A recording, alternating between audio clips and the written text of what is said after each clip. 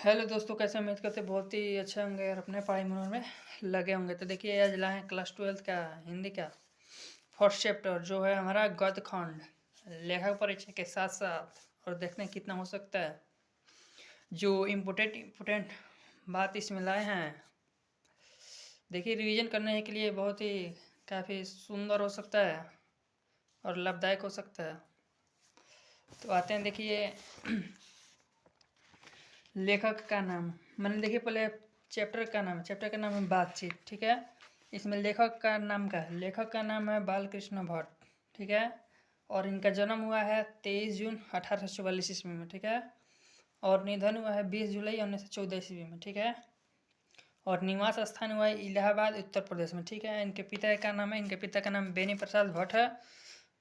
और बेनी प्रसाद भट्ट क्या थे, तो ये क्वेश्चन पूछा जाता है कि यह क्या थे, तो यह एक व्यापारी थे, ठीक है।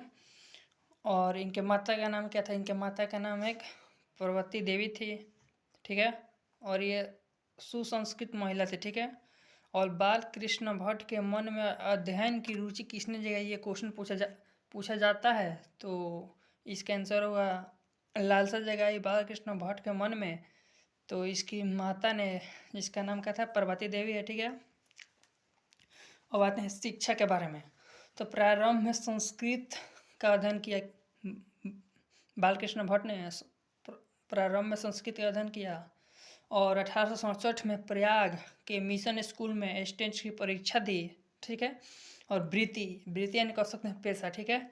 1869 से 1875 तक प्रयाग के मिशन अध्यापन, मैंने प्रयाग के मिशन स्कूल में अध्यापन का कार्य किए, ठीक है। और 1885 से लेकर प्रयाग के CAV स्कूल में संस्कृत का अध्यापन किया, ठीक है। और 1888 ईस्वी में कायसथ पाठशाला इंटर कॉलेज में अध्यापक नियुक्त हुए। मैंने 1888 ईस्वी में कायसथ पाठशाला इंटर में अध्यापक बने, ठीक है। और इस स्वभाव से क्या था, ये उग्र गुस्सैल आदमी थे, ठीक है। मतलब गुस्सा करने वाले थे। और इसी कारण इन्हें अपनी नौकरी को छोड़नी पड़ी, ठीक है। नौकरी को छोड़नी पड़ी। और रचनात्मक सक्रियता, ठीक है। अब इनके बारे में जानते हैं, इनके रचनात्मक और सक्रियता क्या है, ठीक है। तो भारतेंदु हरिश्चंद्र की प्रेरणा से हिंदी वारनिधि सभा प्रयाग की ओर से 1877 ईस्वी में हिंदी प्रदीप नामक मासिक पत्र निकाला। देखिए इस चैप्टर में ये सबसे इम्पोर्टेंट क्वेश्चन है कि हिंदी प्रदीप नामक मासिक पत्र निकाला गया था, ठीक है। और आगे बढ़ते हैं। मासिक पत्र हिंदी प्रदीप इसे 33 वर्षों तक चलाते रहे। कौन चलाते रहे, पूछ सकता है क्वेश्चन। मतलब बालकृष्ण भट्ट ने 33 वर्षों तक चलाते रहे, ठीक है। और उपन्यास, इनका इम्पोर्टेंट उपन्यास जान लीजिए। एक नूतन ब्रह्मचारी, 100 अजैन का एक सुजान, असद्भाव का एक अभाव, गुप्त बैरी, और बस इतना ही इम्पोर्टेंट है। चलिए आगे बढ़ते हैं। नाटक में इनके इम्पोर्टेंट जान लीजिए। पद्मावती है, बाल विवाह है, और रेल का विकट खेल है, और दमयंती है, स्वयंवर है, और सीता वनवास है। इनका इम्पोर्टेंट नाटक था। चलिए ठीक है, अब चलते हैं प्रहसन, ठीक है। तो जैसा काम वैसा परिणाम, और नई रोशनी का 20 आचार विद्वान, ठीक है। और इसी के साथ हमारा लेखक परिचय समाप्त होता है।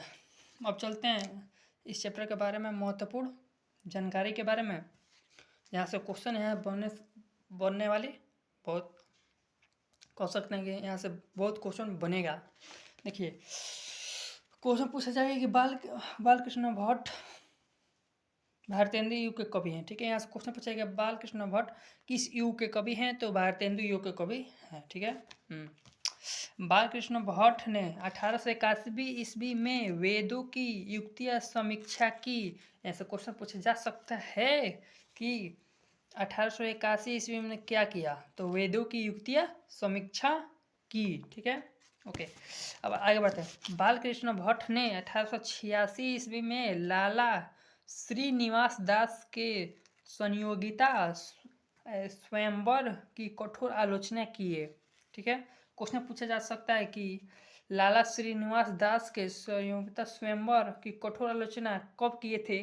तो 1886 ईस्वी में किए थे। ठीक है, और आगे बढ़ते हैं। देखिए, बाल कृष्ण भट्ट महान पत्रकार थे। ठीक है, निबंधकार भी थे। ठीक है, और गद्यकार भी थे। क्वेश्चन पूछा जा सकता है कि बाल कृष्ण भट्ट थे, तो जानिएगा महान पत्रकार थे, निबंधकार थे और गद्यकार थे। ठीक है, ओके, आगे बढ़ते हैं। बाल कृष्ण भट्ट कितना 1000 से के आसपास निबंध लिखे हैं। ठीक है, बाल कृष्ण भट्ट कितना, तो 1000 के आसपास ये निबंध लिखे हैं। ठीक है, आगे बढ़ते हैं। और आचार्य रामचंद्र शुक्ल ने निबंधकार के रूप में बालकृष्ण भट्ट जी को हिंदी साहित्य का एडिशन और स्टील का देखे होंगे आपने गाइड में कितना बार क्वेश्चन पूछा जा चुका है कि बालकृष्ण भट्ट को हिंदी साहित्य का एडिशन और स्टील किसने कहा है? तो रामचंद्र शुक्ल ने कहा है। ठीक है, आगे बढ़ते हैं। बालकृष्ण भट्ट बातचीत निबंध के माध्यम से बातचीत करने की का एक शैली सिखाती है हमें। ठीक है, आगे बढ़ते हैं। ठीक है, स्पीच का उद्देश्य सुनने वालों के मन में जोश और उत्साह पैदा करना होता है। घरेलू बातचीत मन रमाने के लिए होता है। ठीक है, यहाँ से क्वेश्चन पूछा जा सकता है कि घरेलू बातचीत किसके लिए होता है? तो मन को रमाने के लिए घरेलू बातचीत होता है। ठीक है, आगे बढ़ते हैं। रॉबिन्सन क्रूसो 16 वर्षों तक जानवरों के साथ रहा था। सोचिए, रॉबिन्सन क्रूसो 16 वर्ष तक जानवरों के साथ रहा था। ठीक है, आगे बढ़ते हैं। और 16 वर्षों तक मनुष्य की बोली नहीं सुना था रॉबिन्सन क्रूसो। ठीक है, और 16 वर्षों के बाद सबसे पहले किसके मुंह से उन्होंने बोली सुना था? तो सबसे पहले उसने फ्राइडे के मुंह से बोली सुना था। ओके, आगे बढ़ते हैं। बेन जॉनसन के अनुसार बोलने से ही मनुष्य का रूप का क्या होता है? साक्षात्कार होता है। क्वेश्चन पूछा जा सकता है कि किसके अनुसार बोलने से ही मनुष्य का रूप का साक्षात्कार होता है? तो बेन जॉनसन के अनुसार बोलने से ही मनुष्य का रूप का साक्षात्कार होता है। ठीक है, ओके, आगे बढ़ते हैं। एडिसन के अनुसार असल बातचीत सिर्फ 2 व्यक्तियों में हो सकती है। एडिसन का कहना है कि असल बातचीत सिर्फ 2 व्यक्तियों में ही हो सकती है। ठीक है, आगे बढ़ते हैं। ठीक है, और अपना दिल एक दूसरे को सामने खोलते हैं, अब तभी अपना दिल, मैंने 2 आदमी रहेंगे तभी ना हम बताएंगे अपने बारे में, वो बताएंगे अपने बारे में। ठीक है, आगे बढ़ते हैं। 6 कानों में पड़े बात खुल जाती है। मान लीजिए 6 आदमी रहते हैं, जब साथ में बात करते हैं तो क्या हो जाती है? बातें में पड़ी बात खुल जाती है। ठीक है, कहीं ना कहीं ये बात खुल जाती है। ठीक है, आगे बढ़ते हैं। जब 3 लोगों एक साथ बात करता है तो त्रिकोण बन जाता है। क्या बनता है? जब 3 लोग एक साथ बात करता है तो त्रिकोण बन जाता है। और 3 लोगों के बीच बातचीत को अंगूठी के नख के समान कहा गया। क्या कहा गया? 3 लोगों के बातचीत के अंगूठी के नख के समान कहा गया है। और 4 लोगों के बातचीत को फॉर्मेलिटी कहा गया है। और 4 से अधिक लोगों के बातचीत को राम रमोल का कहा गया है। और 2 बूढ़ों लोगों को बातचीत को जमाने की शिकायत कहा गया है। ठीक है, जमाने की शिकायत कहा गया है। चलिए आगे बढ़ते हैं।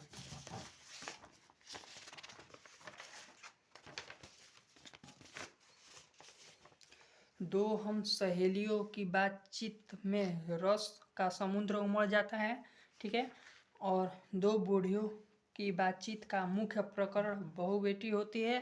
ठीक है, और बातचीत करने का अनेक प्रकार है, जैसे सबसे उत्तम प्रकार है स्वयं से बात करना। ठीक है, और यूरोप में बात करने का हुनर को कहते हैं आर्ट ऑफ कॉन्वर्सेशन कहते हैं, जिसे सुहृद गोष्ठी भी कहा जाता है। ठीक है, और 25 से अधिक उम्र वाले लोगों की बातचीत को सार गर्भित होती है। क्या होती है?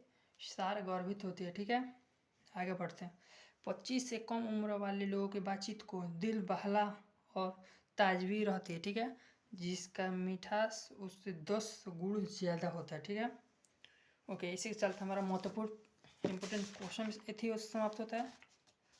अब देखिए,